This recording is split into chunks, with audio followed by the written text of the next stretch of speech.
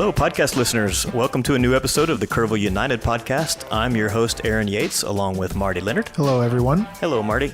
Today is February the 17th, January 17th, 2020, and in this episode, we are speaking with the Democratic candidate for District 5 of the Texas State Board of Education. Dr. Rebecca Bell-Metereau is standing by, and we will speak with her in just a moment.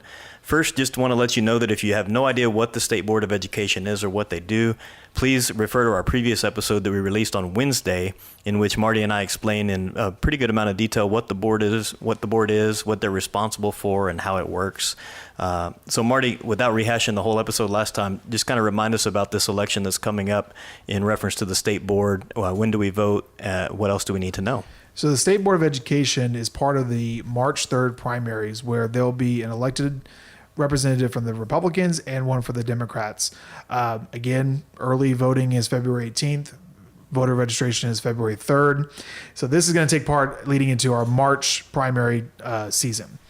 District 5 represents Kirk County, but also represents other counties surrounding us, including Gillespie, Kendall, Blanco, Llano, Mason, San Saba, Guadalupe, Caldwell, and Hays County, but also includes parts of Bexar County and Travis counties, which is more the southern side of Austin and kind of the northeast side of San Antonio. This seat this year is wide open after the retirement announcement from Ken Mercer, who has served on this seat since 2007. And there are 2 Democrat candidates and 3 Republican candidates that are vying for District 5 representation in the State Board of Education. Whoever wins the primary from each party will then face off in the general election in November. There is no Libertarian candidate for this seat, so they would be just deciding between a Republican and Democratic candidate. The board consists of 15 members out of 15 districts and is controlled right now controlled by Republicans, with 10 Republicans and 5 Democrats currently serving on the board as it's made today. Good deal. Thank you for kind of bringing us up to speed and reminding us what this race is all about. So with that in mind, let's get to the meat of today's episode. Again, we have a Democratic candidate for State Board of Education District 5, Dr. Rebecca Bell-Metereau. So Rebecca, thanks for joining us on the podcast today. Thank you for having me. Good deal. Thank you for being here. We really appreciate it. She made the trip on a very rainy day here in the Hill Country, so we thank you for coming down and glad you got here safely. First off, did we characterize the race correctly? Anything that we should add or clarify that people need to know about this election? That's the size of it. That's it. Yeah.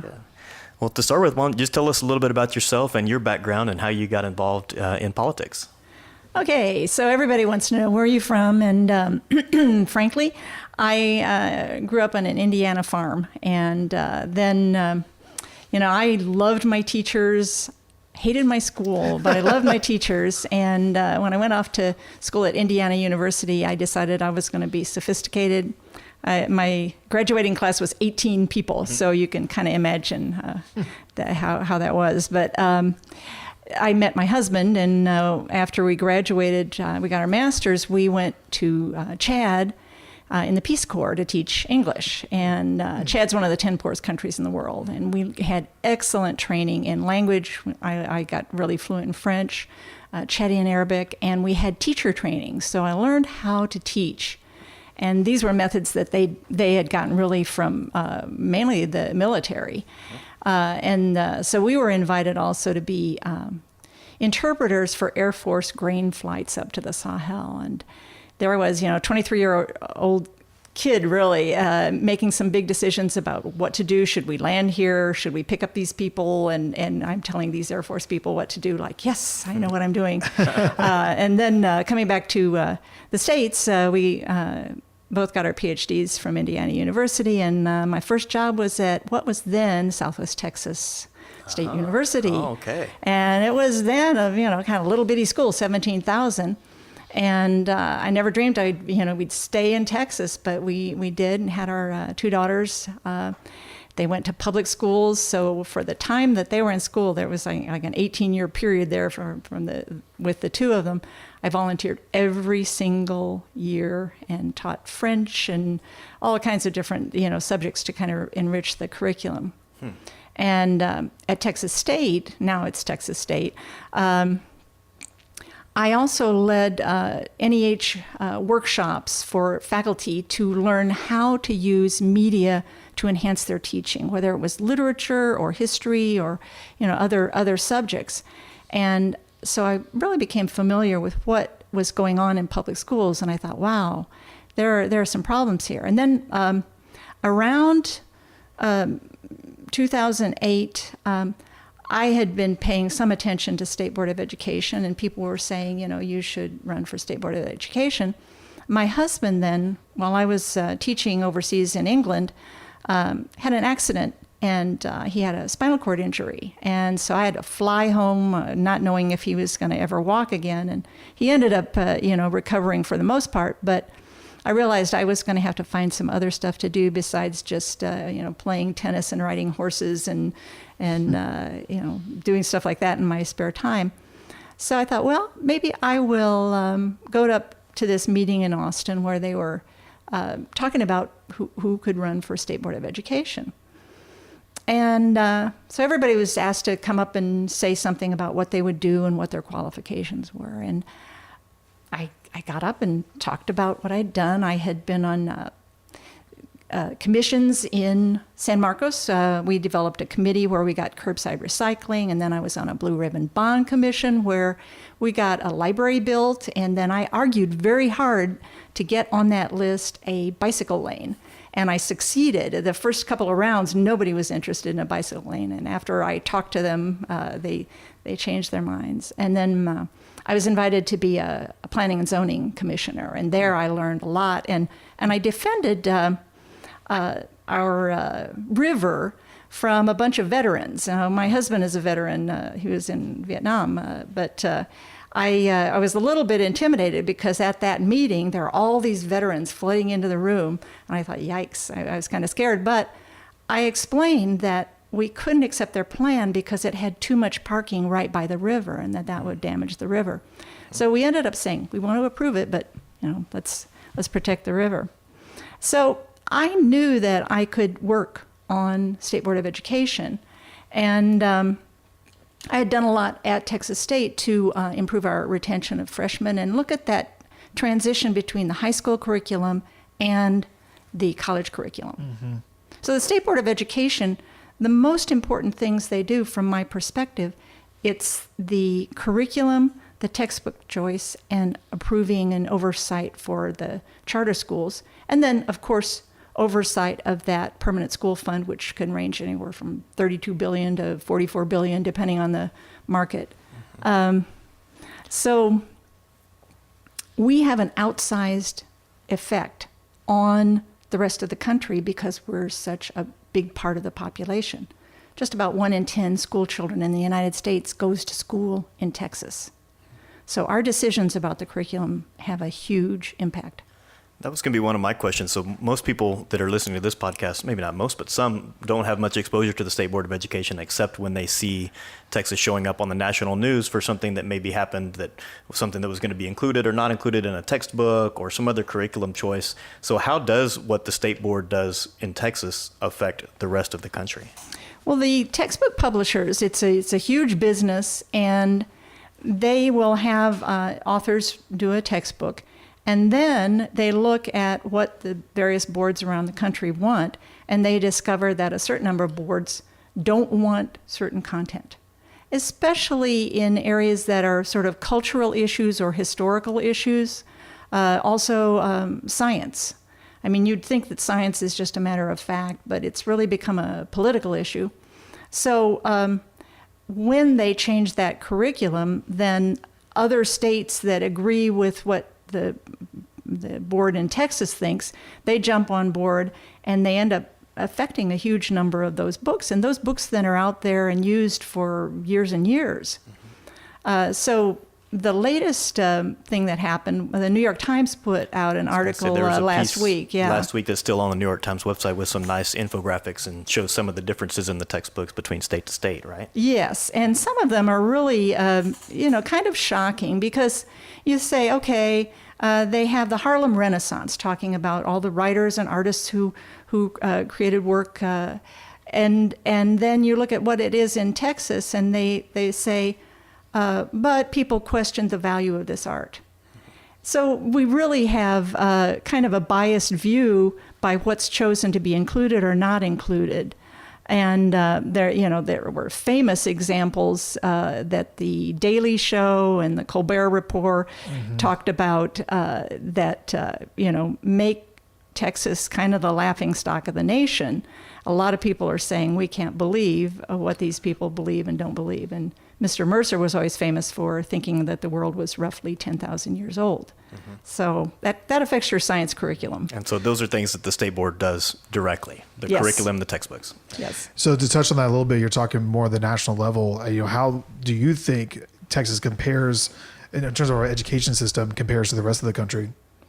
We're, I'd say generously put, we're in the bottom quarter. I would say we're near the bottom, but that's my perspective, because I really value history. I value science, literature. We have a responsibility to create an educated workforce. So you can't just say, I want history to be a story that makes me feel good about my particular cultural group. It has to be something that represents everyone, and it has to be based in fact. History is a story, but there are a lot of documents that you can actually see what is the truth. And right now we seem to be in a post-truth world where everybody says, oh, it's all fake news. It's not fake. And the same way with science. That's one of the areas that I'm most concerned about, even though I'm not a scientist. I support scientific research, and I want for us to use peer-reviewed expert opinions, not the opinions of people who may have different beliefs that they based in their own worldviews. We need to do real science. Our lives depend on it. And so the State Board of Education is political. There are Democrats and Republicans, as Marty talked about. Do other states also have boards that are politically inclined, like Democrats and Republicans that serve on these types of boards that make these critical decisions, or is Texas unique in that way? Texas is not unique in that way, but a lot of other boards are actually much more based on subject area experts. So we elect the school board, and it's an unpaid position, but it's incredibly powerful. And along those lines with selecting curriculum, a board member gets to nominate different committees when it comes to, we say curriculum, but we also, part of the curriculum is the TEKS, Texas Essential Knowledge and Skills. So part of that would be also nominating members to represent, to surround yourself, I guess, in a way of experts, right? Mm-hmm. So, yeah, so I think that's something where Texas, you look at school boards, local school boards, it's nonpartisan, it's for the kids, but in this way, there is that kind of, like you said, a lot of the things are being politicized nowadays in terms of the subject matters. Right. And speaking of politics and education mixing, there was an op-ed piece today in the Dallas Morning News that was by Texas Land Commissioner George P. Bush, and he had identified a few areas in education that need attention, in his opinion. Some of those things he highlighted were the teachers need more flexible curriculum options. He stressed teachers teaching critical thinking skills, an emphasis on vocational education, and an emphasis on school choice. I doubt that you've had a chance to read this piece yet because you've been traveling, but are some of those priorities things that you see that Texas could use improvement in? We need to, I agree with him in that we need to get rid of STAR and we need to de-emphasize high-stakes testing. That doesn't mean that we don't do assessment, but it should be assessment that's done at the beginning, that's evaluated at the beginning to see what it is that students need. It should never be punitive. Neither teachers nor students should be punished for the scores that they get on these tests. We really should be using tests that are nationally normed so we can see where we stand in relation to other states. We don't do that. We pay people to create tests, and so it's kind of a money-making operation for the people who make these tests. They change every few years, so we don't have any longitudinal data. We're not getting good data from them. People are making money from them. And we don't have any comparative data with how we stand in comparison to other states. So it's a way to sort of punish schools and teachers who have students who are in low-income areas, because that's generally the greatest correlation is between socioeconomic level and performance on these tests. Well, and a lot of, too, what you're touching on about STAR is, Pearson being one of the companies that is doing a lot of the testing. One of the backlashes, too, is also we're paying them a lot of money, but then we need to look at the scorers who are actually scoring the test. The background they have is not very strong. In that background, they're grading sometimes. And I guess that also goes to, you talked about the scoring of the STAR test. What are your thoughts on the recent evaluation of schools, the A through F system that just came out really kind of full blow this past year? The A through F system is cruel and unusual punishment. It really is so dispiriting for teachers and principals and people in the schools to see that their school has gotten a D or an F. That doesn't mean that we shouldn't be watching how schools are performing. We should be working with these schools to improve, but we should not be giving them a grade and saying, these people fail.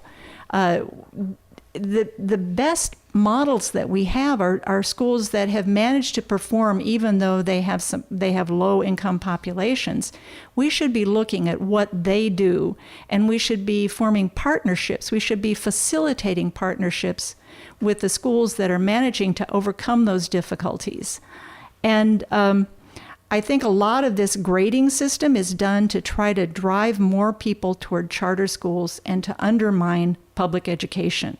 This idea of school choice sounds wonderful, but it really makes it so that schools are competing against each other. And that's not the way education should be. It should be a cooperative effort. And people should be teamed up with other school districts, other teachers, and other ways of doing things to help them perform. They shouldn't be competing against each other.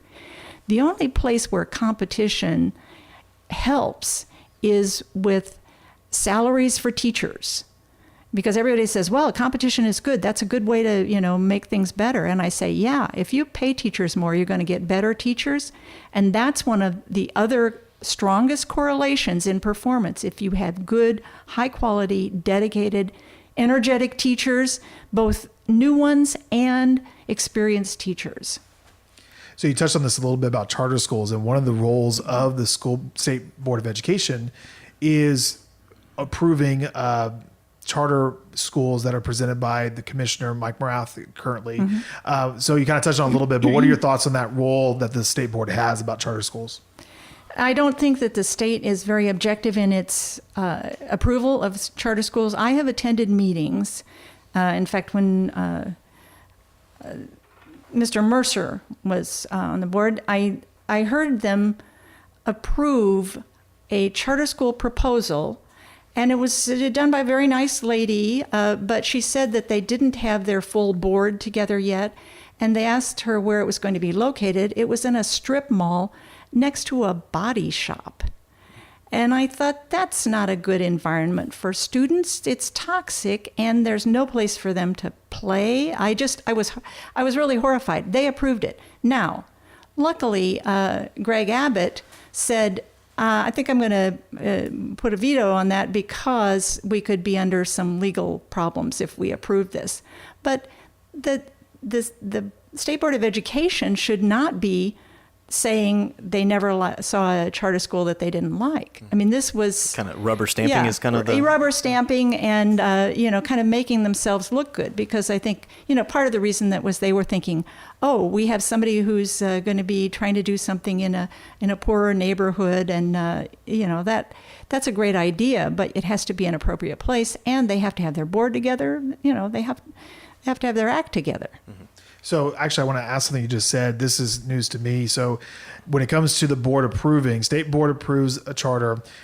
You said that Greg Abbott vetoed that particular example. Does that go then to the governor's office for a final approval? Well, I think this was actually back when he was the the attorney general. Oh, okay. So this was before that. Yeah, it was before he was governor. Yeah. Okay, gotcha. And so I also don't know. I haven't been to their meetings recently, But I do know that the number of charters has been increased, and that there's always a push for more charters. Just like there's a push for private prisons, there's really an impulse in Texas for people to make money off of everything, whether it's children's education or prison systems or anything, health.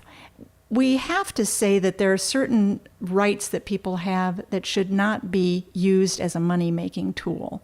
And our children's education is one of those things. We should pay teachers well. We should give them decent retirement, which we don't do. And we should make it so that people can make a living being a teacher, but we should not be encouraging companies to come in and say, oh, let's do these textbooks that fit what the politicians want. And I say politicians because some of the people on the board have not really been qualified in terms of knowledge about education. I think we need teachers on the board. So one of the things I wanted to ask you about, switching gears just a little bit, I asked a teacher that I'm friends with, and what told her that you would be with us today, and her biggest concern about charter schools was that charter schools take money away from public schools. Is that basically your understanding, or is that the case? No, it is the case. It is the case. And they're given advantages in the structuring as well, the financing, so that they get more benefits than public schools do. So, it is the case. People are siphoning money away from public education, not just at the level of the public schools, but also higher ed.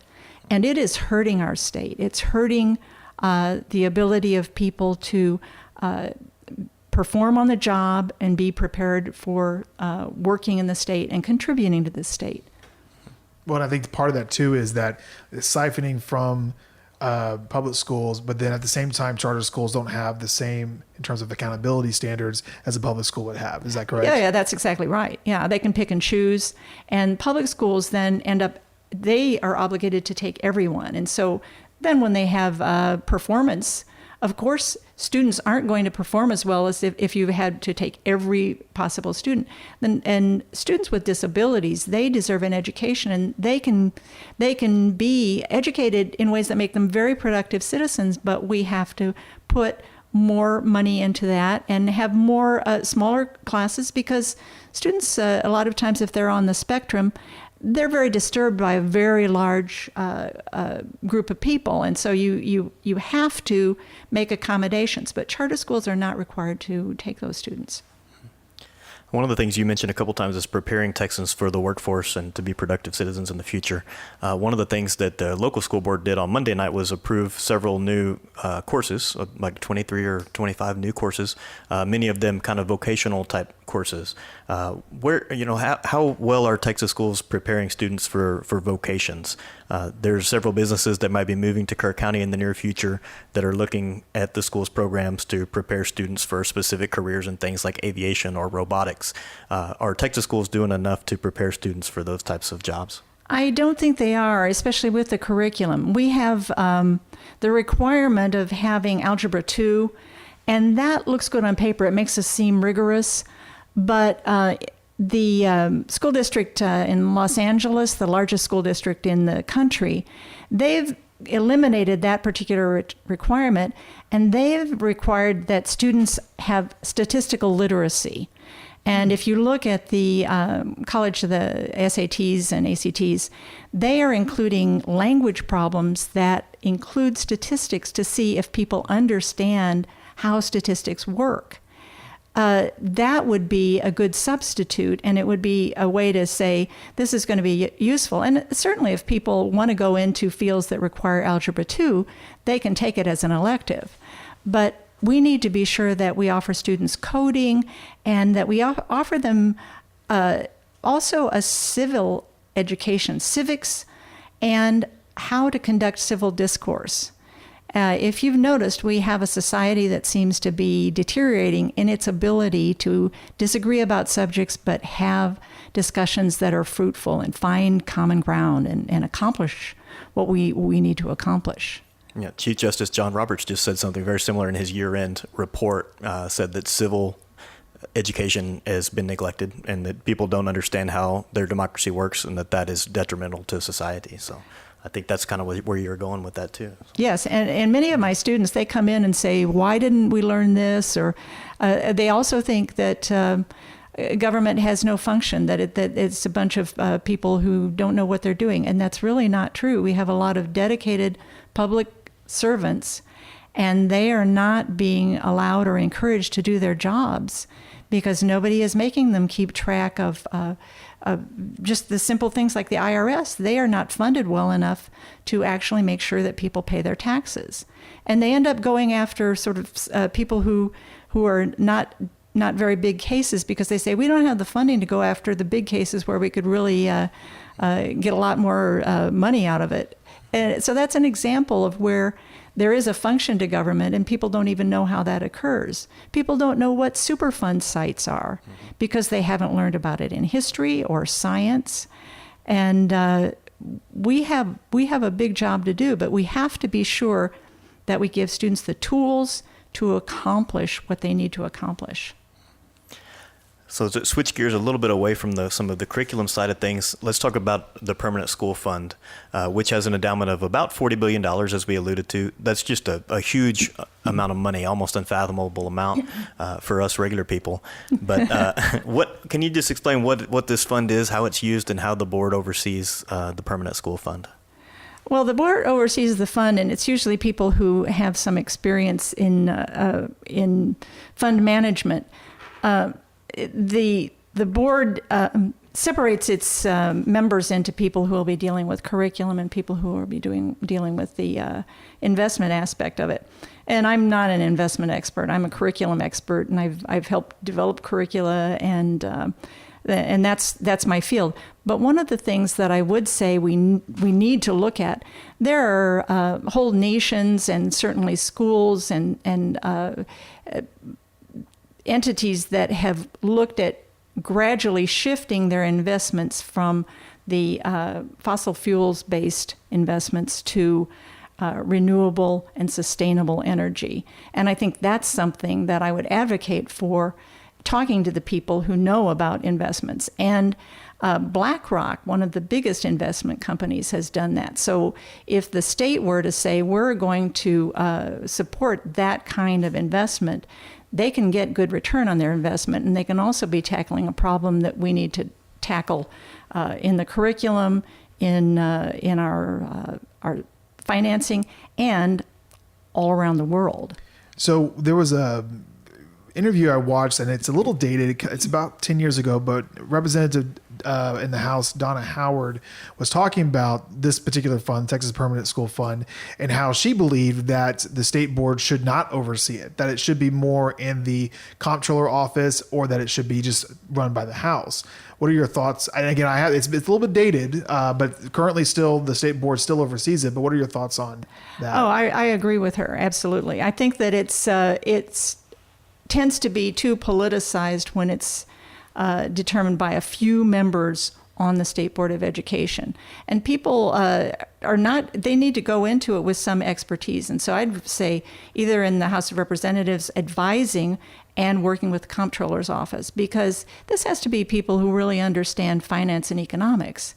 And that's not really true of people on the State Board of Education from what I have heard of their discussions. Yeah, it does seem like a strange set of responsibilities from very education-related curriculum and textbooks, and also this $40 billion investment fund. So it's probably hard to find people who are experts in both. Well, you think that the textbooks would be educational, but really that turns out to be an economic issue as well. Because people have conflicts of interest, and so they're not really looking for the best subject area experts. They're not looking for the best information. They're looking for how they can kind of grease each other's palms, frankly. Marty, do you want to ask about the state of funding for some of the public schools?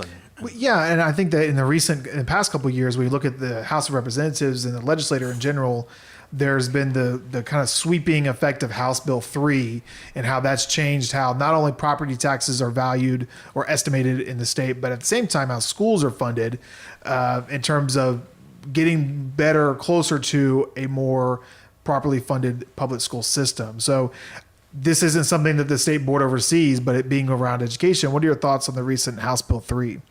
Well, House Bill 3 has a few things about it that are good. There's been some increases in funding, but just in general, the state of Texas is woefully underfunded, the public school system and higher education, and it's hurting Texas. People think of education as an expense. It is an investment. And people have to start seeing it as that. If you look at the greatest period of economic growth and really success in the United States, it was after World War II, under the Eisenhower administration. They made enormous investments in education, in research and development, in helping provide housing for people so that they could have a place to live. Those ideas now would be considered socialism. But really, it's just practical. It makes practical common economic sense to make sure that you have a well-educated workforce. Does better funding for Texas schools automatically equal better success rates, do you think? I mean, obviously, it's not just that easy, but is that the main thing that's missing in bringing Texas out of that lower quarter as you see it into being a leader in the nation? Well, it is. And it needs to be focused in people. It needs to be focused in paying teachers and paying staff who are critical staff, the counselors, the school nurses, the people who are really working with the students all the time. I'm not saying that the administrators don't do important work, but a lot of times when there's money added to the budget, it goes to administration. But the support services, and also in education, we have to be sure that our decisions are based on research and data and not on something that we think is true or that we like. So if we had better research and development, we could actually take some of that out to the public schools and get students involved in those kinds of projects at the high school level, and they get very excited, and then they go off to college ready to do actual research and get things done that we can't even imagine. Anything else? Good deal. Well, this has been a great conversation. So thanks so much for taking the time to come to Kerrville today in the pouring and freezing rain. So yeah, we really appreciate your time making the travel. So thank you very much. Oh well, thank you very much. I just want to close with I think I didn't talk about why and how I was qualified, but please do. Please do. Give us your closing speech. I want to put in a little plug for myself. I have been working as a public servant all my life, and being an interpreter for grain flights and working in the Peace Corps, working with the president of Texas State as a special assistant for a couple of years, improving our retention rates and the transition from high school to college, and really in my local town. When I first got there, I was on the committee that got the recycling. I was on the committee that got the bicycle lanes. I was doing planning and zoning. And so I want to just say that I know how to get things done. And I developed a media studies minor. It's one of our best programs in the English department, and I've directed it for 13 years now. So I am good at working with people, working with committees, and accomplishing things. So that's my final, kind of plug to say, this is why I know what I'm doing. And as a teacher, that is my most important skill and my most important experience for being on the State Board of Education, because I know if this is going to go out to the teachers, so we have to be sure that it works for them. Great. Well, thank you so much again for being here today. We really appreciate it. We've learned a lot as we've studied the Texas State Board of Education this time. So it's great that everybody will have an opportunity to vote for their candidate of choice in the March primary of this year. So, Marty, any closing thoughts before we sign off today? Again, thank you for coming. We really appreciate it. Again, as an educator, this is right up my alley. So I love that these kind of conversations are happening. So just again, thank you for your time coming in. We appreciate it. Thanks for having me. And that's candidate Rebecca Bell-Metereau. Dr. Bell-Metereau has joined us today. She's a candidate for District 5, State Board of Education, Democratic candidate, and she will be on the ballot for the primary election in March. So, and you can go to voterebecca.com if you're interested in learning more about me. There you go. There you go. Place to find a little bit more information. Like we said, we have invited some of the other candidates in this race, so we look forward to hearing back from them and bringing you some more information about this race and others that affect you at a local level and that will be on the ballot in March. So thanks for joining us today on the Kerrville United podcast. You guys have a great weekend.